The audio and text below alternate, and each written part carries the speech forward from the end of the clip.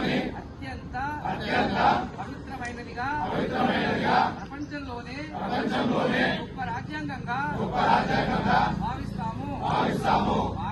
మాకు సార్వభౌమత్వ సామ్యవాద లౌకిక ప్రజాస్వామ్య గణతంత్ర రాజ్యంగా నిర్మించుకోవడానికి సాంఘిక ఆర్థిక రాజకీయ న్యాయాన్ని ఆలోచన భావ ప్రకటనను అంతస్తుల్లోనూ అవకాశాల్లోనూ సమానత్వాన్ని కల్పించడానికి కుల మత ప్రాంత వర్ణ లింగ ధనిక పేద లాంటి ఏ రకమైన భేదాలు లేకుండా అందరికీ సమాన హక్కులు బాధ్యతలు రాజ్యాంగం కల్పించింది.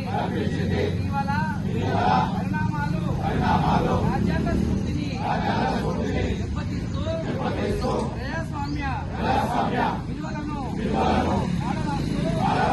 సమాజంలో అశాంతి నెలకొల్పుతున్నాయి. విభేదాలు సృష్టిస్తూ రాజకీయ మనుగడ కోసం విదేశాలను రెచ్చగొడుతున్నాయి.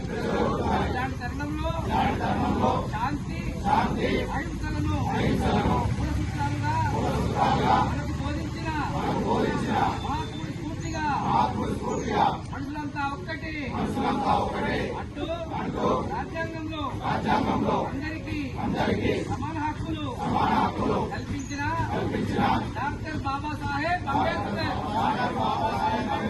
ఆశయాలను అమలు చేస్తూ మన గొప్ప రాజ్యాంగాన్ని కాపాడుకోవడానికి చిత్తశుద్ధితో అంకిత భావంతో